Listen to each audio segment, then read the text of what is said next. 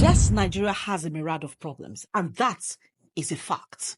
And these are problems that have, in fact, endangered our country for generations and decades upon decades. But the question that I'd like to ask is, are we going to solve that problem by adopting the same model? We cannot have a country where women are underserved, underrepresented, and then you expect such a country to actually walk in sanity. It doesn't make sense. It doesn't. There are 2.7% women in the National Assembly, in the Senate, and you're looking at 3 out of 109. In fact, a third won a seat quite recently. And then you're looking at 17 of 360 in the House of Representatives. That is the house where laws in Nigeria are made.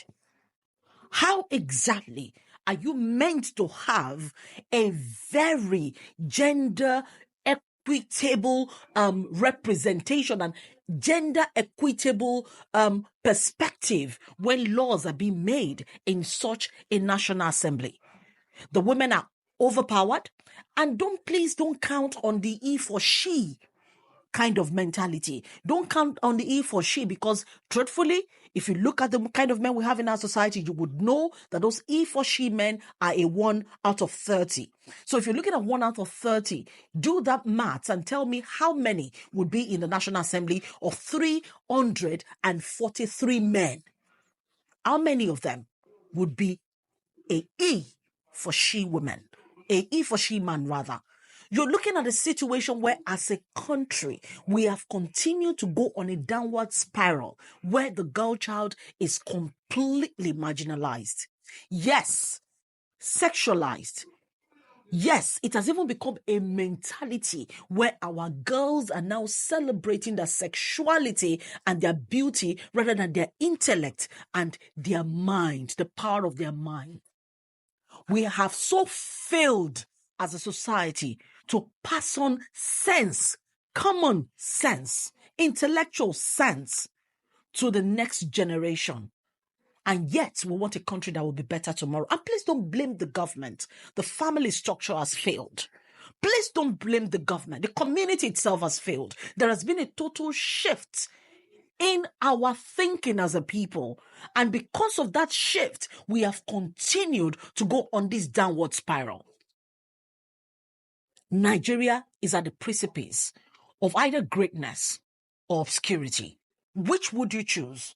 Where would you swing? What would you do to make it better? What would be your own contribution? Or are we just going to continue down this downward spiral, pointing an accusing finger at the government and keep pointing and pointing and pointing until Nigeria has totally slid down this mud and can no longer be found?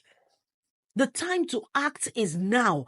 Every girl, every woman of any person of value that knows that Nigeria needs to have a voice, women need to have a voice, that we need to know that we are the builders of society and it rests upon our shoulders to structure, to mold the country that we desire for ourselves. Where exactly are we thriving as a people?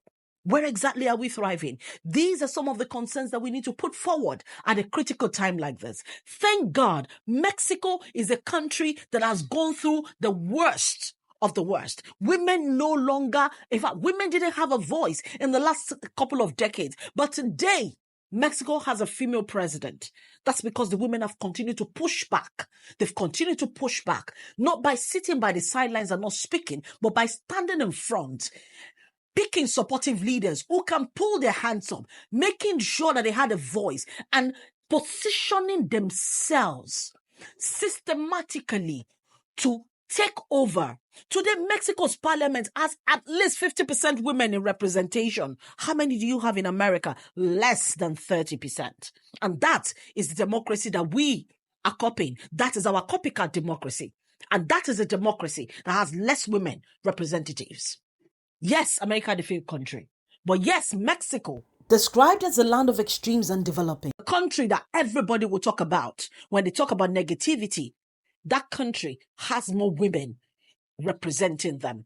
You can now look forward and look at a country. Now that they have a female president, you can totally look forward and say that in the next couple of years, Mexico would rise up as an economy. It would rise up as a democracy that everybody in the world will point out and say, that is what democracy is meant to look like. Because they are listening and they are giving room for women to thrive.